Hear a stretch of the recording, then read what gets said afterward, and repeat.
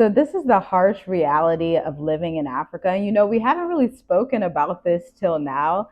We obviously are a family of seven. We have five children. We've lived in Tanzania. We now live in Southeastern Africa. And the reality has set in.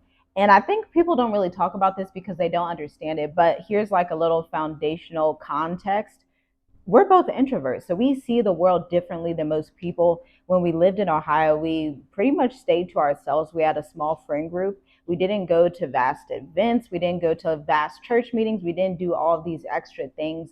We were really people that would move and have our being on our own, make executive decisions by ourselves. And this is what has gotten us this far in Africa. But I think this is a harsh reality for people who are extroverted, who don't know how to stay to themselves, or who constantly feel like they have to have this extra community, these extra people to tell them what to do, these vast events and all these things to distract them from their time alone. Because when you travel to a new country, you are going to be alone a lot of the time because you will start to learn the language, but you will not already know how to speak with the locals.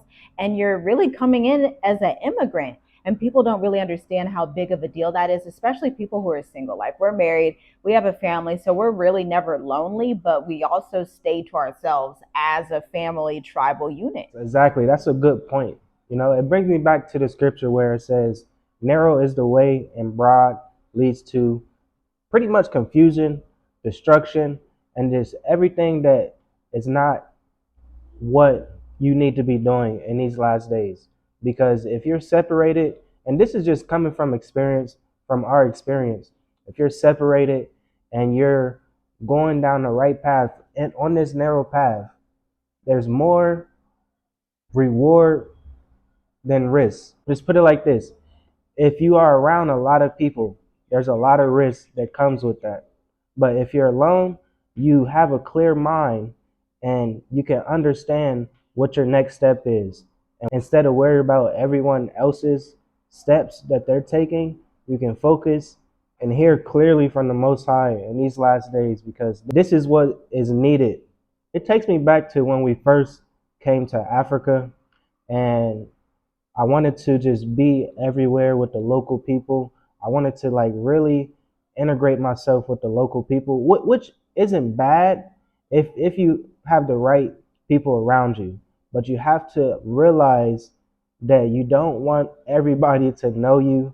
You just want to step aside and be by yourself in a way. Maybe have one or two people know you, but just from my experience, when we first got here, I wanted everybody to know that, hey, I'm here, guys. I'm here. Um, what do I do now? What can I help you with? What needs to be done here? But at the same time, you really just need to focus and have a clear mind on what the Most High is trying to lead you to and what you need to do for your family and your relatives that is going to be coming after you. Yeah, I really wish more people knew that and could understand that if they want to have longevity and success in Africa. And when you have success in Africa, you enter this new realm. Like, we were watching this podcast yesterday. It was Diary of a CEO.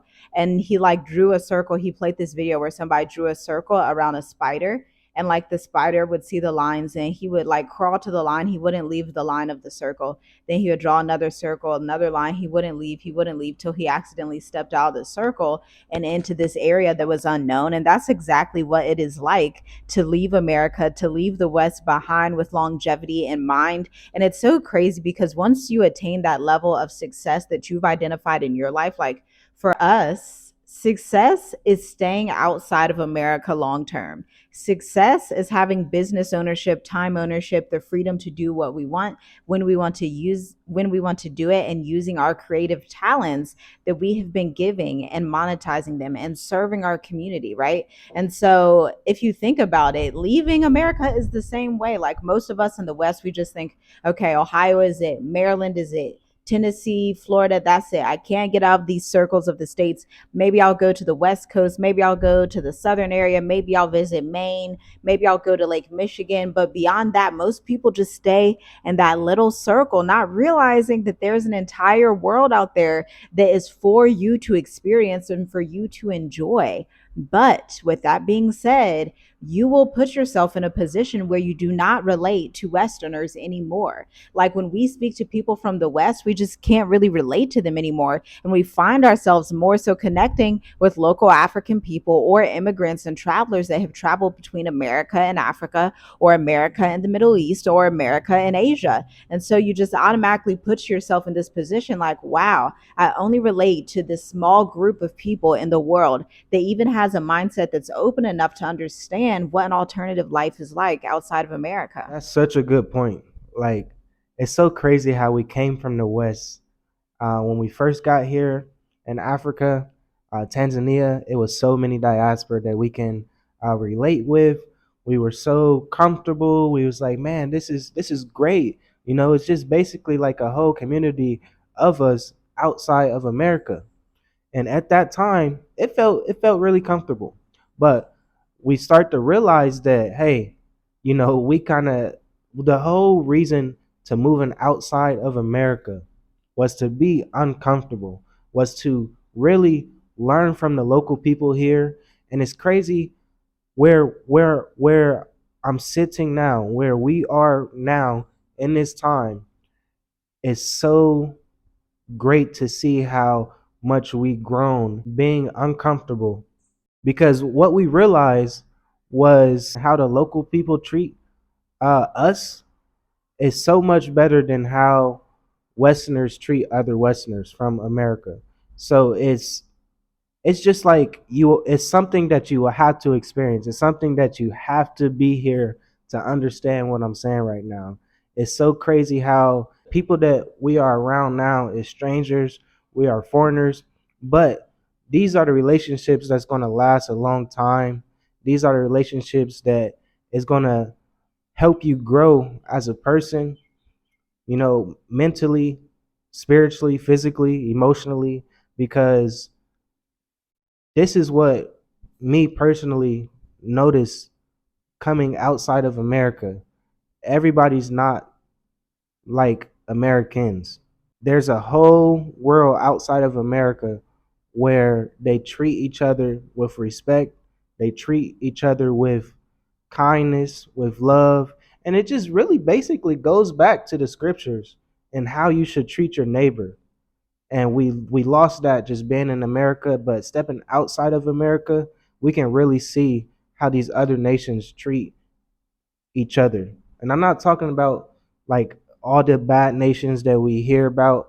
I'm talking about the nations that we have experienced and just from our travels here and journey here in Africa.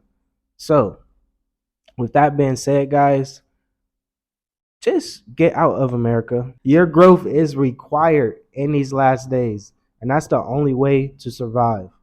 Exactly. And, I'm so glad that we have created Black Educators Amplified, our 8-week group coaching consultancy program. We've worked with 11 entrepreneurs inside of this program, and then 221 different business owners, mostly Black owned in the States, to get them in Target, get them having 25K months, get them to be in a place where they could transfer their life abroad, transfer their business abroad, or stay in America if that was their decision they want to make. But this was so foundational in our move, because without having a viable business that was profitable before we left, we wouldn't be here right now living like this. Like, it's that strategic planning that really came in handy. And even though we have the harsh reality of, wow, my network looks so much different than it did in the States, or it looks like I'm not around as many Americans and not used to people that speak like me, but I'm integrating with the locals. I'm speaking to people who are all over Africa, who are from South Africa, Nigeria, the Middle East, Asia,